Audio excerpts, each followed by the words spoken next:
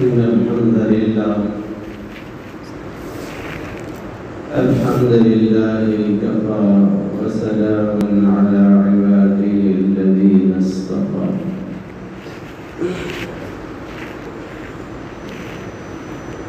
أما بعد أعوذ بالله من الشيطان الرجيم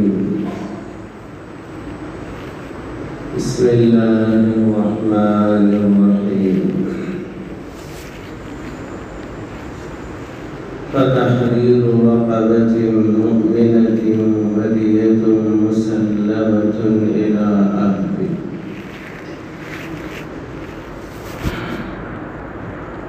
صدق الله العلي العظيم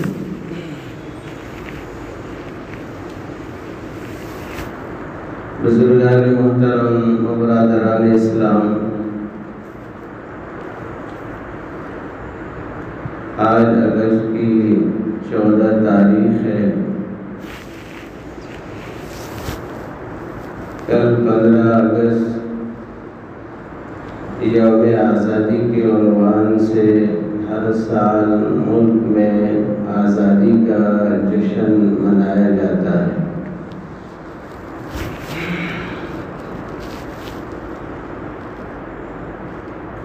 یوم آزادی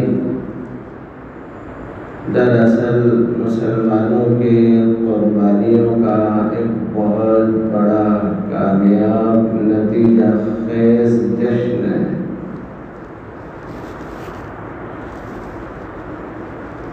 اور اس ملک کو آزاد کروانے میں علماء کرام کی قربانیوں اور مجاہدین کی قربانیوں سے پوری تاریخ بھری پڑی ہے۔ اسلام اور مسلمان دشمنی کی آگ اس وقت پورے ملک میں بھڑک رہی ہے، اور اس بات کی کوشش کی جا رہی ہے کہ ہندوستان کو ہندوتوا فرقے میں پوری طرح ایسا رنگ دیا جائے کہ اسلام اور مسلمانوں کا نام ہندوستان کی فہرست سے غائب کر دیا جائے۔ اور اس بات کی کوشش کی جا رہی ہے کہ آزادی کا صحرا، کامیابی کا جشن منانا ہمارا حق ہے، نہ کہ مسلمانوں۔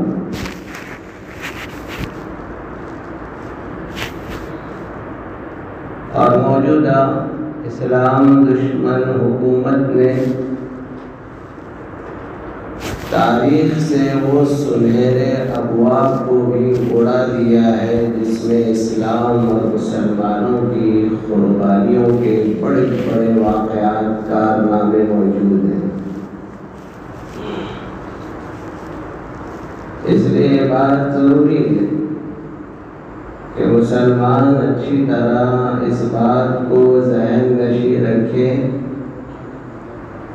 1000 سالہ حکومت مسلمانوں کی، اہل اسلام کی ہندوستان کی سرزمین پر قائم رہی ہے۔ بلکہ جب انگریز اس ملک میں تجارت کے عنوان سے داخل ہوا اور تجارت کے بہانے پورے ملک پر غلامیت کی زنجیر کا طوق پہنانے کا اس نے عزم کیا، تو اس وقت انگریز جب ہندوستان میں داخل ہوا تو یاد رکھنا چاہیے اول سے آخر تک مسلمانوں کی حکومت اس سرزمین پر تھی۔ بنگال میں سراج الدولہ کی حکومت کا چرچا تھا، دلی کی سرزمین پر بادشاہ ظفر کی سلطنت کی باغ مشہور تھی، اور جنوبی ہند میں ٹیپو سلطان شہید رحمہ اللہ کی سلطنت کے مضبوط پنجے گڑ دیے گئے. سب سے پہلے فریب اور دھوکہ سراج الدولہ کو ہوا. بنگال میں انگریز پہنچا ایک تاجر کے بھیس میں اور ایک ہمدرد تجارت کرنے والے بہی خواہ کے لباس میں. تو سراج الدولہ نے سارے ملک میں تجارت کے ذریعے سے ملک کی ترقی ہو اس سے دوستی کر دی. اور انگریز کی نیت چونکہ صحیح نہیں تھی، وہ چاہتا تھا کہ پورے ملک پر غلامیت کا زنجیر جکڑ دیا جائے. اور بہت سے کچھ رازیں تھیں جس کا انگریز سے چھپانا ضروری تھا. سراج الدولہ کے ہم رازوں میں ایک شخص میر جعفر تھا جس کو انگریزوں نے خرید لیا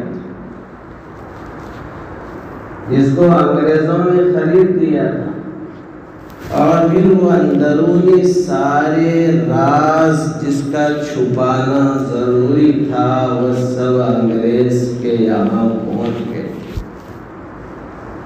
پھر جنوب کی سرزمین کو ہموار کرنے کے لیے دکن سے میر صادق کو خرید لیا گیا اور پھر یہاں سے بھی اس کو وہ راز ملے جس کا چھپانا ضروری ہے. نتیجتاً سراج الدولہ کا سب سے پہلا تختہ الٹ دیا گیا.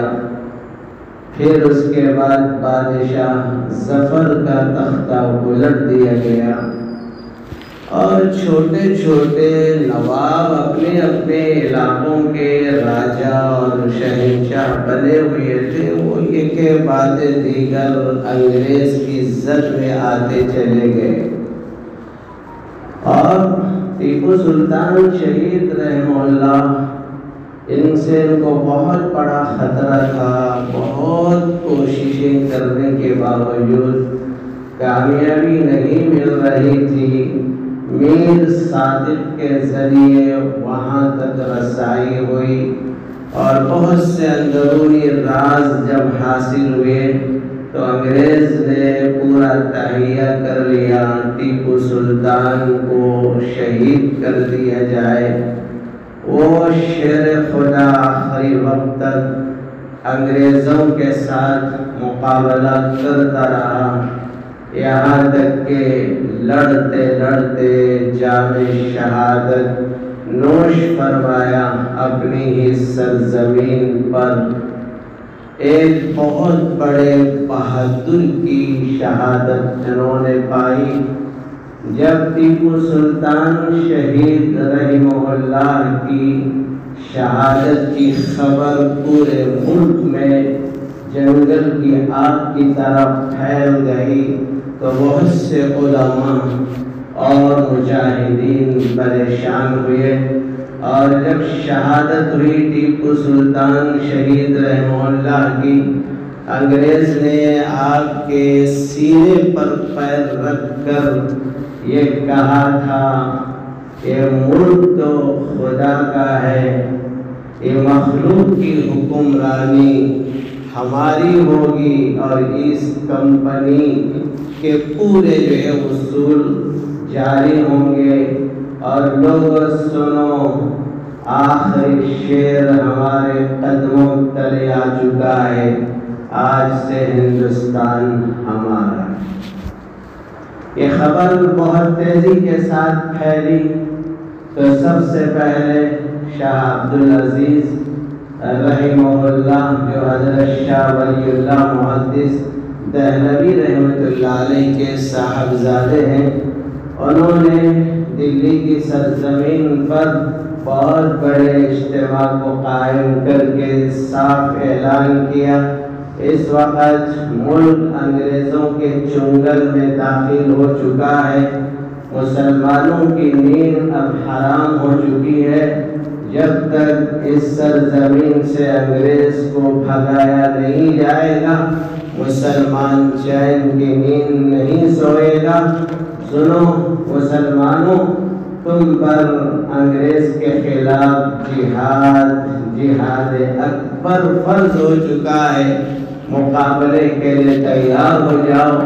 جب یہ فتویٰ جاری ہوا تو پھر انگریز نے حضرت کے عرصہ حیات کو تنگ کرنا شروع کر دیا۔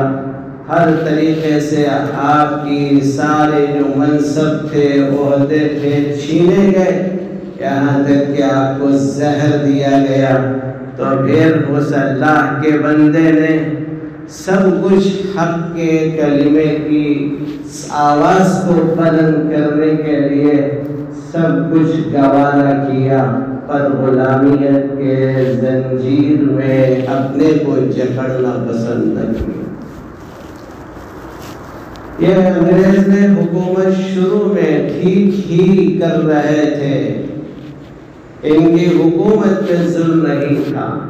جب برطانیہ کی سرزمین سے میکالے نامی انگریز جب آیا اور اس کو اس بات کا خدشہ ہوا، بہت بڑا عیار و بڑا وہ جو ہے فراست رکھنے والا تھا، اور اس نے سارے قوموں کا جائزہ لینے کے بعد یہ فیصلہ کیا کہ ہم نے ملک چھینا ہے مسلمانوں سے، اور ڈر ہے کہ مسلمان ہی کل ہمارے لیے خطرے کی گھڑی بن سکتا ہے، لہذا مسلمانوں کو صفحہ ہستی سے مٹا دو تاکہ مسلمانوں کا نام اور نشان باقی نہ رہے۔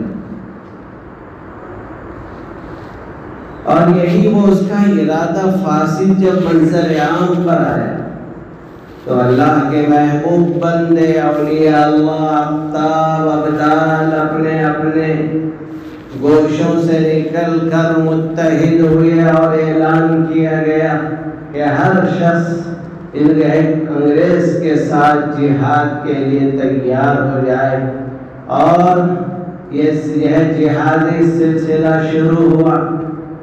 150 سالہ تاریخ شاہد ہے، ہندوستان یوں ہی آزاد نہیں ہوا۔ 150 سال تک مسلمانوں نے قربانیاں دی۔ تاریخ شاہد ہے 1,00,000 سے زائد مسلمانوں کو شہید کر دیا گیا، وہ بھی علماء، کیونکہ ان کو خدشہ تھا علماء سے، اللہ کے محبوب بندوں سے، پھر مسلمانوں میں مجاہدین سے ان کو شبہ تھا۔ یہ ملک اس وقت میں آزاد ہوا کہ انگریزوں سے اس ملک کا چرچا پوری دنیا میں تھا۔ ہندوستان کی سرزمین، اس کے اندر بنگلہ دیش بھی تھا، پاکستان بھی تھا اور برما بھی تھا، بہت بڑی سطح پر یہ ملک پھیلا ہوا تھا۔ مشکل سے 2 کروڑ جو ہے لوگ بسا کرتے تھے۔ آج ہمارے اس ہندوستان میں 130 کروڑ انسان بس رہے ہیں، اور معلوم ہونا چاہیے چن چن کر علماء کو مارا گیا، کیونکہ آزادی کا نغمہ مسلمان نے سنایا۔ آزادی کیا ہوتی ہے اور آزاد زندگی کیسی خوبصورت ہوتی ہے، مسلمانوں نے سبق سکھایا۔ آزادی کا پیغام اسلام دیتا ہے، آزاد رہنے کے طور و طریق اسلام سکھاتا ہے۔ کسی قوم کو پتہ نہیں تھا کہ آزادی کیا ہوتی ہے اور آزادی سے کیسے حاصل کی جاتی ہے۔ واللہ اس سرزمین کو شاہ عبدالعزیز محدث دہلوی نصیب نہ ہوتا، ہندوستان آزاد نہ ہوتا، حضرت مولانا قاسم نانوتوی رحمت اللہ علیہ، حضرت مولانا رشید احمد گنگوہی رحمت اللہ علیہ اور دیگر اکابر علماء نہ ہوتے، دارالعلوم دیوبند کے اکابر اور مشائخ علماء اس سرزمین پر نہ ہوتے، ہندوستان کبھی آزاد نہ ہوتا۔ یہ آزادی کا تمغہ اور صحرا علماء کرام کے سر جاتا ہے تو پورے میرٹھ کی سرزمین اور دلی کی سرزمین آپ کو معلوم ہونا چاہیے کہ بے شمار علاقوں میں علماء کو چن چن کر قتل کیا گیا اور درختوں پر پھانسی دی گئی۔ واللہ دلی کی سرزمین سے لے کر پاکستان کی سرحد تک کوئی درخت ایسا نہیں تھا جہاں کسی عالم دین کی نعش کو نہ لٹکایا گیا، اور 10 لاکھ مسلمان مجاہدین نے جام شہادت نوش کیا، تب جا کر ہندوستان آزاد ہوا۔ اور آج یہ موجودہ جو حکومت ہے وہ خالص انگریز کی انگلیوں پر ناچ رہی ہے، اس لیے وہ یہ چاہتی ہے اسلام اور مسلمان عصبیت کی نفرت کی آگ بھڑکا کر ہی ہم حکومت کر سکتے ہیں، سلطنت کر سکتے ہیں۔ یاد رکھنا یہ چائے بیچنے والے کے اندر وہ فراست، وہ ذہانت، وہ چالاکی نہیں ہو سکتی کہ کسی اور کی انگلیوں پر یہ ناچ رہا ہے۔ اس کے تانے بانے یہودیوں سے جڑے ہوئے ہیں، نتنیاہو یہودیوں کے بڑے سردار سے جڑے ہوئے ہیں، اور وہاں سے یہ سب چیزیں حاصل کر کے مسلمانوں کے جذبات کے ساتھ کیسے کھلواڑ کیا جائے۔ اور یاد رکھنا کسی کے نام پر IFR درج کرنے کا اصول یہ انگریز نے بنایا تھا کہ یہ IFR اس وقت تک جاری نہ کیا جائے، درج نہ کیا جائے جب تک کہ ظلم اور جرم کا یقین نہ ہو۔ اگر ظلم ہوا ہے، جرم ہوا ہے، تبھی یہ FIR درج کیا جاتا تھا۔ لیکن چونکہ مسلمانوں پر ظلم کرنا مقصود ہے، مسلمانوں کی صلاحیتوں اور ان کی خوبیوں اور ان کی مہارات کی سب کو جو ہے کچلنا مقصود ہے، سب سے پہلے ان کے خلاف IFR درج کرو، 10 سال تک خوب ایسی سزا دے دو، پاگل بن جائے، 10 سال کے بعد عدالت فیصلہ کرے گی کہ مجرم تھا، بیچارہ معصوم تھا۔ ایک چال ہے جو چلی جا رہی ہے۔ تو بھائیو یاد رکھنا ہے آزادی کا جشن منانے کا حق مسلمانوں کو، ہم نے اس ملک کو آزاد کیا ہے، ہماری اس کے اندر قربانیاں لگی ہوئی ہیں، اور ہمارے اکابرین کا مقصد صرف غلامیت کی چنگل سے انسانوں کو نکالا جائے اور اسلام اور مسلمانوں کے تحفظ کا سامان کیا جائے۔ اور جب ہندوستان آزاد ہوا تو پھر علماء کرام کو عہدے دینے کی بات آئی، ہمارے علماء نے عہدے قبول نہیں کیے۔ ہمارے بعض لوگوں کو اشکال ہوتا ہے جب یہ سب کچھ آزاد ہوا تو ہمارے علماء آگے بڑھ کر قیادت کیوں نہیں کی؟ وہ قیادت، حکومت مقصد نہیں تھا۔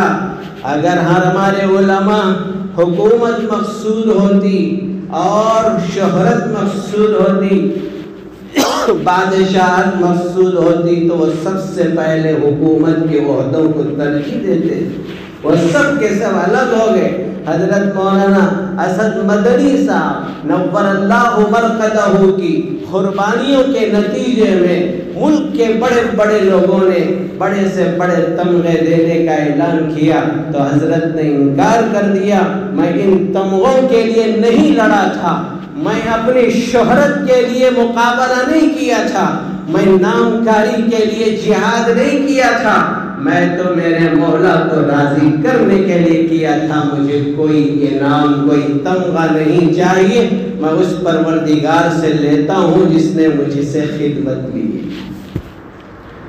تو بھائیوں بہت ضروری ہے، آج مسلمانوں کو پتہ ہی نہیں ہے، ہم میں سے کتنے لوگ جانتے ہیں کہ ہندوستان کیسے آزاد ہوا، علماء کی کیا قربانیاں ہیں، مسلمان مجاہدین کے کیسے کیسے ان کے مجاہدے ہیں، ہم نہ پڑھنا جانتے ہیں، نہ پڑھنے کی ہمارے اندرون میں رغبت ہے۔ اسی لیے حضرت مولانا اسد مدنی صاحب نور اللہ مرقدہ نے تاکہ مسلمان بچوں کو، نسلوں کو معلوم ہو جائے، 15 اگست کے موقع پر یوم آزادی کے عنوان سے باضابطہ علماء تو تقاریر کرے، بتائیں نسلوں کو کہ ہم کیسے ہیں، ہمارے آبا و اجداد کیسے ہیں، انہی کا خون ہمارے اندرون میں جوش مار رہا ہے۔ تو پھر اپنے طور طریق کی طرف جب پلٹیں گے تو پھر ایک مجاہدانہ کردار ادا کرنے والے بنیں گے۔ اللہ تعالیٰ جس ملک اس وقت جو عصبیت اور دشمنی کی آگ میں بھڑک رہا ہے اور جل رہا ہے، پروردگار عالم ایسے حالات پیدا کر دے، اس بھڑکتی ہوئی آگ کو بجھا کر امن و امان اور آشتی کا اللہ فیصلہ فرمائے۔ وما علینا الا البلاغ، وآخر دعوانا الحمد للہ رب العالمین۔